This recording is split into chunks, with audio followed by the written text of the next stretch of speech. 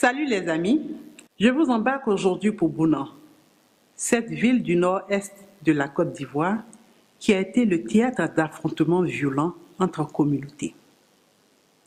À peine sortis de cette attaque djihadiste de Grand Bassam, les Ivoiriens étaient surpris de se retrouver confrontés à une nouvelle attaque entre communautés d'une même région.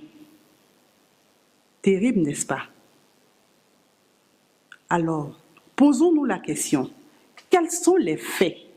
Qu'est-ce qui s'est passé ce jour-là pour que ces communautés qui vivent en bonne communion, en bonne intelligence depuis des siècles, se retrouvent à s'affronter de la sorte? Allons-y pour les faits. Qu'est-ce qui s'est passé à Bouna?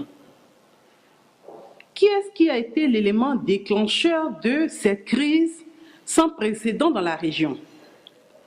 Les cultivateurs lobby se plaignaient très souvent des éleveurs peuls dont les animaux allaient souvent saccager leurs plantations. D'escarmouche en escarmouche, l'affaire va se retrouver devant le Bouna Massa, le roi de Bouna, et le préfet de région. Alors ces deux autorités, de commun accord, ont commencé une médiation auprès des antagonistes. Alors que la médiation suivait son cours, nous sommes surpris d'apprendre cette attaque de certains peuples par des lobbies appelés tchotchol, c'est-à-dire des chasseurs traditionnels, et qui viennent avec des armes attaquer cette communauté peul. Il va s'en suivre des morts en n'a pas fini, et un déplacement massif de la population. À écouter les faits, on se retrouve devant une affaire ordinaire, entre guillemets, d'éleveurs et de cultivateurs, comme il en existe souvent dans le nord de la Côte d'Ivoire. Mais il n'en est rien. Nous nous retrouvons devant un problème un peu plus profond. Ensemble, je vous demande de revenir en arrière sur l'historique de Bouna, sur le peuplement de Bouna. Nous avons au départ les Koulangos. Les Koulangos, de par leurs ancêtres, les Lorons, sont arrivés il y a de cela près de 2000 ans. Arrivés les premiers, ce qui entraîne logiquement la chefferie des Lorons, c'est-à-dire des Koulangos. Automatiquement, ils sont des chefs de terre. En seconde position, nous voyons arriver les Malinké. Les Malinké débarquent au XVIe siècle. Et par la suite, nous verrons arriver les lobbies vers le XIXe siècle. Alors voilà les trois grands groupes qui composent la région de Bouna. Et donc, logiquement, nous avons un roi central qui est le Bouna Massa, issu des premiers habitants de Bouna. Avec cet historique du peuplement de Bouna, aujourd'hui, les donnes ont changé. Les lobbies devenus numériquement plus nombreux revendiquent une place de chef qui devrait logiquement leur donner une certaine autonomie pour gérer leur propre communauté.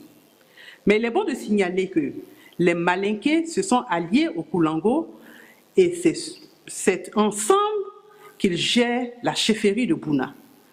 Alors, qu'est-ce qu'en pensent les populations de Bouna? Nous allons essayer de prêter nos oreilles au bruit à l'intérieur des cases, à l'intérieur des soukala, l'habitation traditionnelle des lobbies, pour comprendre ce qui ressort réellement du fond du cœur des protagonistes. Alors ensemble, écoutons. Je vous lis quelques réactions recueillies pêle-mêle de ces populations. La première réaction que je vous lis: depuis cette envie de roi lobby dans le royaume Koulango, le bonheur a quitté notre région. En seconde réaction, nous avons: tout petit, on t'apprend à ne pas considérer le petit lobby, même à l'école, cela influence nos rapports. La troisième réaction: tout part des élections législatives où les lobbies ont été lésés d'une victoire.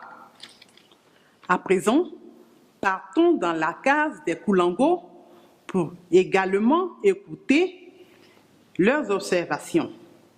La première réaction: la révolution lobby en marche. La seconde est celle-ci: nous n'avons réellement accès aux terres qu'avec la bénédiction des Koulangos. La troisième: Jusqu'à ce jour, les autres nous considèrent comme des étrangers, donc des apatrides. Et enfin, la quatrième réaction, nous avons perdu une élection ici à Bouna, nous numériquement plus nombreux, ce qui est intolérable. Nous nous retrouvons face à des récriminations réelles qui ont mis le feu aux poudres. Ces réactions suscitent de nombreuses interrogations. Nous allons nous intéresser à 3 interrogations. La première, pourquoi est-ce que le chef lobby, qui affirmait à la télévision ivoirienne avoir un certain pouvoir sur son peuple, n'a pas stoppé rapidement ces affrontements? La seconde interrogation, comment est-ce que de simples chasseurs, qui devraient en principe posséder que de petits fusils de chasse, se retrouvent ainsi dotés d'armes aussi sophistiquées telles que les Kalachnikov? Troisième interrogation, comment accéder à la demande des lobbies, numériquement plus nombreux désormais, sans pour autant remettre en cause la chefferie du roi de Bouna, quand on sait le statut désormais accordé au chef et roi traditionnel en Côte d'Ivoire? Après cette intervention vigoureuse de l'armée de Côte d'Ivoire, pour stopper cette hécatombe annoncée, force doit rester à la loi.